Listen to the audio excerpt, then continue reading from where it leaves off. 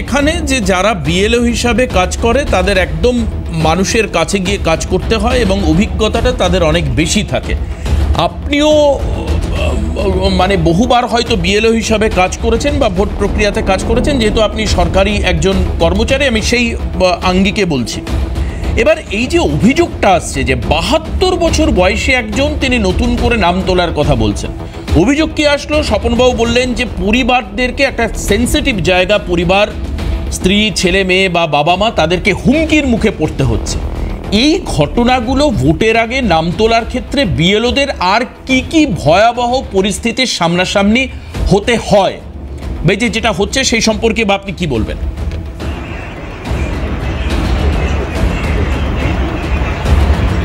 আপনি ঠিকই বলেছেন। আমি নিজেও প্রায় 10 বছর ধরে বিএলওর কাজ করেছি। 2022 সালে সেটাকে আমি ছাড়ি আর কি। সমস্যাটা হচ্ছে যে এমনি সাধারণ সময়ের পরিস্থিতি আর অন্য সময়ের পরিস্থিতির মধ্যে আসমান জমির তফাৎ আছে। যদিও যখন এমনি আমি যদি পিস টাইম আর ওয়ার্ড টাইম বলি আর কি, এখনটাকে যদি ওয়ার্ড টাইম হিসেবে গণনা করেন, মানে গণ্য করেন, এমনি পিস টাইমেও কিন্তু আমাদের কাছে, আমাদের যেহেতু আমরা কাজ করেছি এই সিস্টেমের মধ্যে ছিলাম, মানে আছি এবং জানি, খবর পাই, দক্ষিণ 24 পরগনা সহ বাংলাদেশ বর্ডার এরিয়াতে বিস্তীর্ণ জায়গাতে এই অভিযোগ আছে যে এই কাজের সাথে যুক্ত ব্যক্তিবর্গ তারা টাকা নেওয়ার বিনিময়ে নাম তুলে দেন। সেটা পলিটিক্যাল প্রেসারই নামটা তুলতে হয়। এটা হয়ে আসছে পশ্চিমবঙ্গে দীর্ঘকালের, এটা মানে রেওয়াজ রীতি, সেই নিয়ে বহু কিছু হয়েছে, দেখেছেন। এখন ইন্টেনসিভ এই যে রিভিউটা, সেই রিভিশনটা হতে গিয়ে যেটা সমস্যার জায়গা তৈরি হচ্ছে সেটা হচ্ছে যে নির্বাচন কমিশনের উপরে যে রাগ রাজনৈতিক দলের, এই এসআইআরকে করতে দেব না বলে যে ধনুক ভাঙা পণ তারা করে রেখেছেন, এর প্রথম যে মানে এটা যদি হিট বলেন, সেই হিট জেনারেশনটা গিয়ে পরে প্রথম পুড়ছে হচ্ছে বিএলওরা। কারণ বিএলওরাই কমিশনের প্রতিনিধি হিসেবে বাড়িতে বাড়িতে যাচ্ছেন।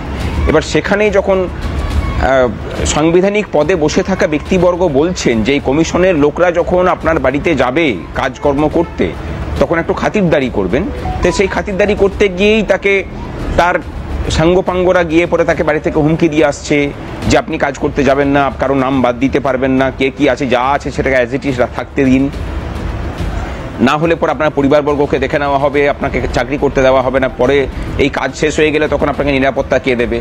কোথাও কোথাও আর্থিক প্রলোভন আছে, কোথাও কোথাও বলে দেওয়া হচ্ছে যে আপনি শুধুমাত্র এই অ্যাপয়েন্টমেন্ট লেটারটা নিন, সই করে দিন আর ওটিপিটা দিয়ে দিন। এবং সেই কাজটা করতে যাচ্ছে কারা না, ব্লক অফিসে যারা অস্থায়ী কর্মচারী কাজকর্ম করছেন বিভিন্ন জায়গায়, সব অস্থায়ী কর্মচারীকে কিন্তু দেখে দেওয়া ঠিক নয়, জায়গায় জায়গায় তারা গিয়ে পরে বিএলওদেরকে বলছেন যে ওটিপিটা দিয়ে দিন, বাকিটা আমরা করে নেব, মানে আমাদের পার্টির ছেলেপিলেরা করে নেবে।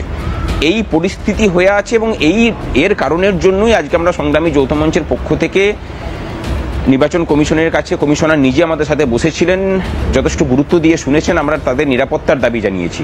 আমরা এটা জানি যে সমস্ত জায়গাতে বিএলওদেরকে নিরাপত্তা দেওয়া সম্ভব নয়, সেই কারণে আমরা আরও স্পেসিফাই করে বলেছি যে যেখানে যেখানে গত লোকসভা ইলেকশনের সময়ে বা তার আগের ভোটগুলোতে যেখানে যেখানে ভোটের দিনে হিংসার ঘটনা ঘটে, সেই স্পর্শকাতর বুথগুলোকে চিহ্নিত করে সেই বুথগুলোতে যারা মানে এসআইআরের কাজ করার জন্য যেসব বিএলওরা নিযুক্ত থাকবেন তাদের জন্য দরকারে কেন্দ্রীয় বাহিনী নিরাপত্তার ব্যবস্থা করা হোক। কারণ আমরাও চাই যে এই যে এসআইআরটা হবে তারপরে ভোটার লিস্টে যেন একজনও ভুয়া ভোটার না থাকে, আবার এমনও যেন ঘটনা না ঘটে যে একজন যোগ্য ব্যক্তি তিনি ভোটার লিস্টে নাম তুলতে পারলেন না, তেমনও যেন না হয়।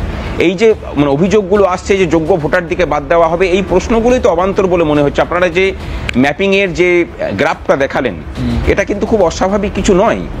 এই ম্যাপিংটা হয়েছে মূলত 2002 সালের যে লিস্ট তার সাথে 2024 সালের যে লিস্ট সেটাকে মেলানো হয়েছে। সেখানে মেলাতে গিয়ে দেখা যাচ্ছে যে কোনো জেলাতে 60% মিলছে, কোনো জেলাতে 25% মিলছে, কোনো জেলাতে 30% মিলছে। একটা অ্যাভারেজ হিসেব অনুযায়ী প্রত্যেক বছর একটা বুথে যা মানুষজন থাকেন তার 3% ভোটার নতুন অ্যাডিশন হয়, মানে তাদের 3% মানুষজন থাকেন যাদের বয়সটা 18 বছর অতিক্রম করে, তাহলে তারা নতুন ঢুকছেন। 2002 এখন হচ্ছে 2025, তাহলে এই যে বিগত 22 বছরে অন্ততপক্ষে 60% নতুন নাম যুক্ত হয়েছে। তাহলে এই যে 60% নতুন নাম যুক্ত হলো, তাদেরকে তো ম্যাপিংয়ে পাচ্ছেন না, তারা তো নতুনভাবে যুক্ত হচ্ছেন। সুতরাং এই যে ডিফারেন্সটা দেখে পর আপনাদের মনে হচ্ছে যে এই 60% ভোট বাদ যাবে, এটা কিন্তু আদপেও তাই নয়। 2002 সালে তাদের নাম ছিল না, তারপরে পরে পরে পরে যুক্ত হতে হতে গেছে। এখানে দেখতে হবে যে যারা মৃত ভোটার, বিশেষ করে ডিসপ্লেসড ভোটার যারা থাকে না এখানে, অ্যাবসেন্ট ভোটার, দু জায়গাতে নাম আছে, এই রকম এন্ট্রিগুলোকে চিহ্নিত করে বাদ দেওয়াটার কাজটা মেনলি করতে হবে। এবার এখানে যদি আসি, যদি একদম আমাকে নিরপেক্ষভাবে বলতে বলেন যে আমার যে অভিজ্ঞতা, সেখানে দাঁড়িয়ে যদি বলতে বলেন যে এই যে শাসক দলের এত গাজারা হওয়ার কারণটা কি, এই ভোটারগুলো একজন ভোটকর্মী হিসেবে ভোট করতে গিয়েও আমরা দেখি এনারা সাধারণত চাপ দেন দিনের শেষে এই মৃত ভোটারদের, এই ডিসপ্লেসড ভোটারদের, এই ডুপ্লিকেট ভোটারদের ভোটগুলো তারা পোলিং পার্টির সাথে অ্যাডজাস্ট করে মেরে দেন। তাহলে এই যে ভুয়ো ভোটারগুলো যুক্ত হয়ে আছে, এরা কিন্তু মূলত বকলমে, সে লোকটা মৃত হতে পারে কিন্তু ভোটের দিনে তিনি জীবিত হয়ে ওঠেন, এবং এরা মূলত এই শাসক দলের ভোট ব্যাংককে বাড়ায়। তাহলে এই নামগুলো যদি বাদ চলে যায়, তাহলে আউট অ্যান্ড রাইট এদের ভোটটা একদম এতটা কমে যাবে। মৃত ভোটারের নাম বাদ যাবে, তাতে কার কি আপত্তি থাকতে পারে? যে লোকটা মারা গেছে তার ভোটটা বাদ যাবে না, তো তার ভোটটা থাকে কিভাবে? সে তো মারা গেছে, এটা তো বাদ যাওয়াটা তো খুব স্বাভাবিক।